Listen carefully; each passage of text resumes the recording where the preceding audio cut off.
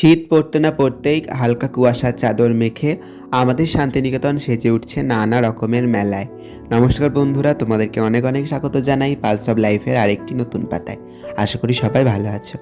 আজ চলে এসেছি কলাভবন নন্দন মেলা দেখতে। নন্দন মেলা হয়ে থাকে আমাদের কলাভবন চত্বরে। 1 আর 2 ডিসেম্বর এই দুটি দিন হয়ে থাকে কলাভবনে নন্দন মেলা। তাই চলে এসেছি আজ প্রথম দিন নন্দন মেলায় কলাভবনে। নন্দন মেলা আসলে আর্টের মেলা, শিল্পর মেলা। আসলে বিশ্বভারতী কলা ভবনে তো এইসব আর্টের এবং সঙ্গীতের প্রশিক্ষণ দেওয়া হয়ে থাকে। তো এই দুটি দিন কলা ভবনের ছাত্রছাত্রীরা কত সুন্দর সুন্দর আর্ট করে তাদের পুরো ক্যাম্পাসটাকে সাজিয়ে তোলে। দেখতে পাচ্ছ এখানে একটা গুহার মতো এরা করেছে। চলো ভেতরে ঢোকা যাক। এই যে দেখো, একদম খড় দিয়ে বাঁশ দিয়ে কত সুন্দরভাবে এরা গুহাটা করেছে। দেখেই মনে হচ্ছে এটা বড় ধরনের কোনো শিল্পীর কাজ। তার জন্য নন্দন মেলা, নন্দলাল বসু তার জন্মদিন স্মরণ করতে, তাকে মনে রাখতেই বিশ্বভারতীর এই দুদিনব্যাপী নন্দন মেলার সূচনা।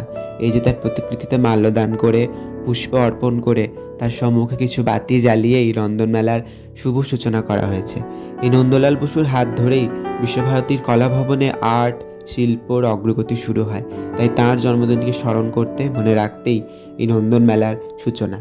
দেখো এই কত সুন্দর সুন্দর জিনিসপত্র আমাদের কলা ভবনের ছাত্রছাত্রীরা নিজে হাতে তৈরি করে।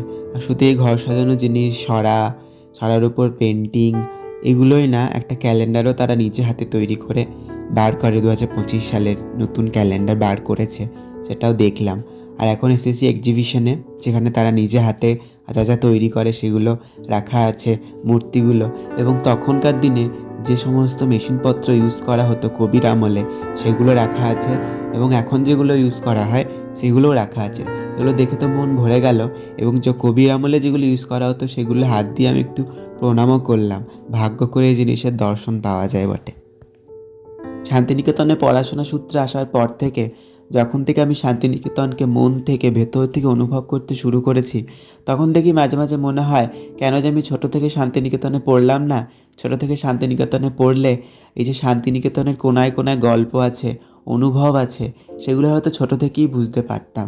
কিন্তু যাই হোক, গুরুদেব স্রষ্টা আমাকে সে আশীর্বাদ করেছে। বয়সের একটা নির্দিষ্ট জায়গাতে এসে আমি শান্তিনিকেতনকে পেয়েছি, অনুভব করতে পারছি, বুঝতে পারছি। আর এই যে এরপর কিছু ছবি, যে ছবিগুলো দেখে হয়তো মনে হচ্ছে আঁকা খুব সহজ, কিন্তু আঁকা ততটাও সহজ না। এবং এর ভেতরে যে মিনিংটা রয়েছে সেটা আমাদের মতো মাথাতে তো ধরার ক্ষমতাই নেই। এই সমস্ত চিত্র, এক্সিবিশন, আর্টের পাশাপাশি নাচ গানও হয়ে থাকে, যেটাও শান্তিনিকেতনের একটা অন্যতম অঙ্গ। এরপর তোমরা যে নাচটা দেখবে সেটা ভারতেরই কোনো এক রাজ্যের সংস্কৃতি। এবং এখানে যে গানটা শুনতে পাবে সেটা কিন্তু রেকর্ডেড না। এখানকার ছাত্রছাত্রীরাই সমস্তটা নিজে হাতে বাজাচ্ছে এবং এখানকার ছাত্রছাত্রীরাই এই নৃত্য প্রদর্শন করছে।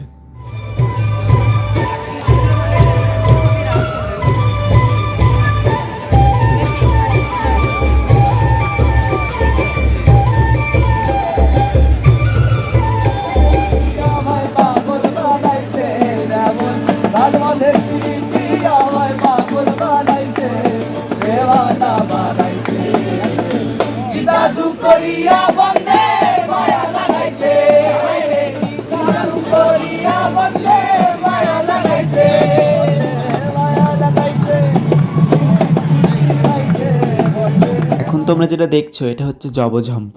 এটা কলাভবন এবং বিশ্বভারতীর একটা ঐতিহ্য।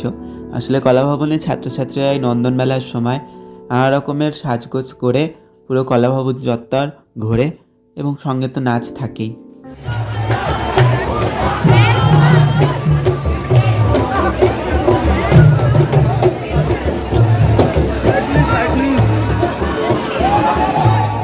এরপর আমাদের কলাভবনের চাতালে নাচ হচ্ছে।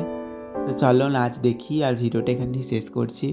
তোমাদের সবাইকে বলবো, যারা যারা এই নন্দন মেলায় আসোনি, একবার এসো, ভালো লাগবে, মজা পাবে।